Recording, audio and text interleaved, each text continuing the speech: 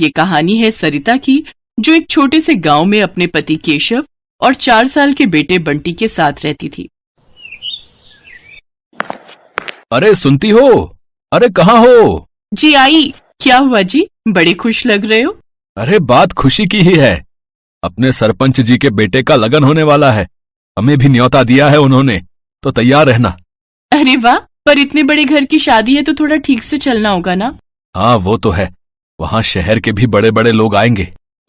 और खाने के लिए भी बहुत कुछ होगा वहाँ। चलो, अपना बंटी बड़ा खुश हो जाएगा। हाँ सही कहा। सरिता गांव के सरपंच रामलाल के बेटे की शादी को लेकर बहुत उतावली थी।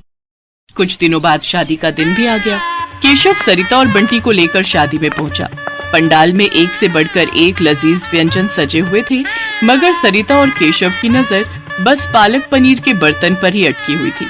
जब खाने की शुरुआत हुई तो दोनों ने भरपेट पालक पनीर खाया और छोटे बंटी ने भी पहली बार पालक पनीर का स्वाद चखा। असल में केशव की माली हालत बहुत खराब थी, तो घर में 2 वक्त हर किसी को पेट भर खाना मिल जाए, यही एक बड़ी चुनौती थी।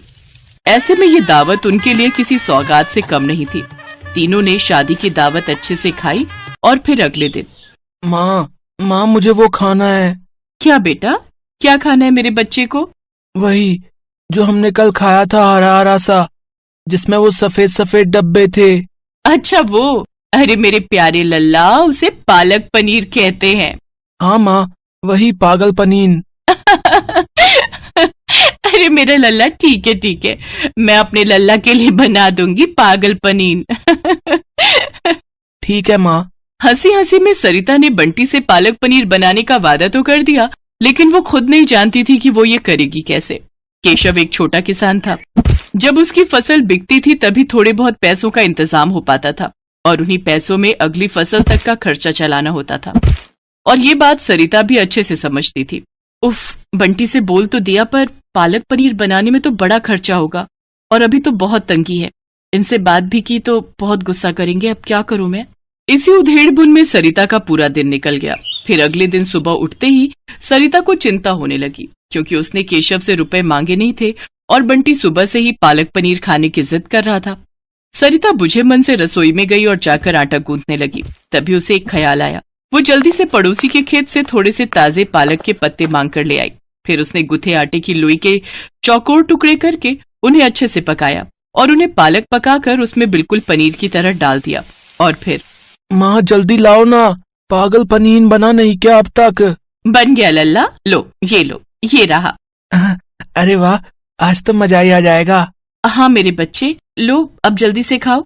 मासूम बंटी बिना कुछ समझे बूझे खाता गया, मगर सरिता अंदर से बहुत दुखी थी, क्योंकि वो तो सच जानती थी।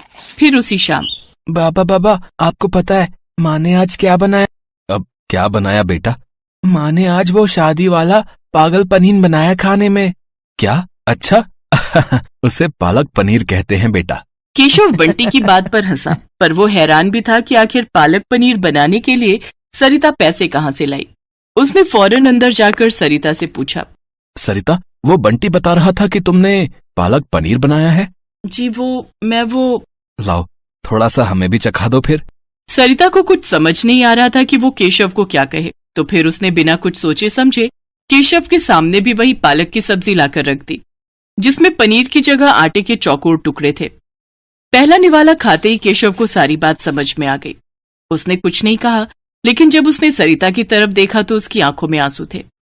केशव ने उसी वक्त खाना छोड़ा और घर से बाहर निकल गया। केशव के इस तरह के बर्ताव से सरिता और ज्यादा डर गई। वो और रोने लगी। फिर कुछ देर बाद केशव घर वापस आया तो उसके हाथों में एक थैला था। बंटी, ओ बंटी, जल्दी से बता, शाम को मेरा बेटा क्या खाएगा? मैं तो वही खाऊंगा, माँ ने बनाया है ना, वो पागल। हाँ समझ गया। चलो अब हम सब मिलकर असली वाला पालक पनीर बनाएंगे। केशव के हाथों में पनीर, क्रीम और बाकी मसाले थे, जो उसने मुस्कुराते हुए सरिता को थमा दिए। वो सारा सामान उधार लेकर आया था। उस दिन सरिता ने भी पूरी मेहनत और सावधानी के साथ पालक पनीर बनाया। जब तक पालक पनीर बनकर तैयार हुआ तो केशव और बंटी वहीं रसोई में बैठे सरिता को बड़े ध्यान से देखते रहे। और फिर जैसे ही सरिता ने असली पनीर के साथ पालक पनीर उन दोनों को परोसा तो दोनों के चेहरे खिल गए। पहला निवाला खाते ही बंटी सीधा जाकर अपनी माँ के गले लग गया। ये वाला पागल पनीर तो शादी वाले से भी बहुत अच्छा है माँ। सच में सरिता, बंटी बिल्कुल सही बोल रहा है। तुमने तो कमाल कर दिया। अब मुझे लगता है अब तुम्हारा ये पालक पनीर ही हमारी किस्मत पलटेगा।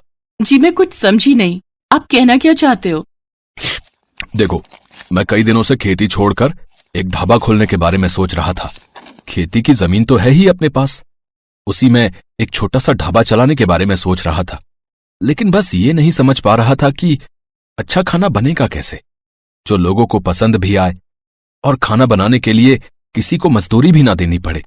लेकिन अब सब समझ में आ गया है। तुम चलाओगी ढाबा और मैं और बंटी करेंगे तुम्हारी मदद। केशव की बात सुनकर सरिता की आंखों में खुशी के आंसू आ गए। उसे खाना बनाने का हमेशा से शौक था, लेकिन पैसों की कमी के चलते वो इस शौक को कभी आगे नहीं बढ़ा पाए। लेकिन अब उसका ये शौक उनकी कमाई का जरिया बनने वाला था, तो सरिता भी पूरी तरह से तैयार थी। अगले ही दिन से केशव ने बांस बल्लियों की मदद से ढाबा बनाना शुरू कर दिया और पूरे 1 हफ्ते की मेहनत के बाद सरिता का पालक पनीर ढाबा बनकर तैयार हो गया। शुरुआत के लिए केशव को थोड़े पैसे कर्ज पर लेने पड़े, लेकिन फिर सरिता की मेहनत और लगन ने वो कर दिखाया जिसकी केशव ने उससे उम्मीद लगाई थी। यूं तो सरिता ढाबे के लिए खाने के लिए कई चीजें बनाती थी, लेकिन उसका बनाया पालक पनीर ही सबसे ज्यादा लोगों के सिर चढ़कर बोल रहा था।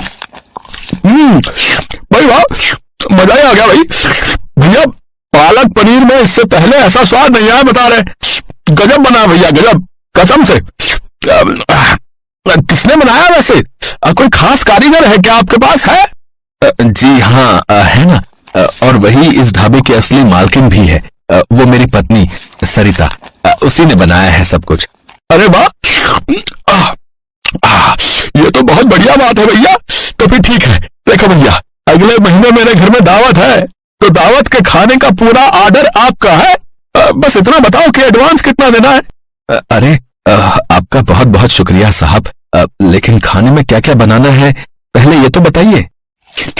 भाई, अपनी तो एक ही डिमांड है, बिल्कुल ऐसा ही पालक पनीर है, बाकी सब आप देख लेना। करीब 250 लोगों की दावत है। और हाँ, एक बात और, ये दावत निपटा लो, फिर एक काम और है आपसे।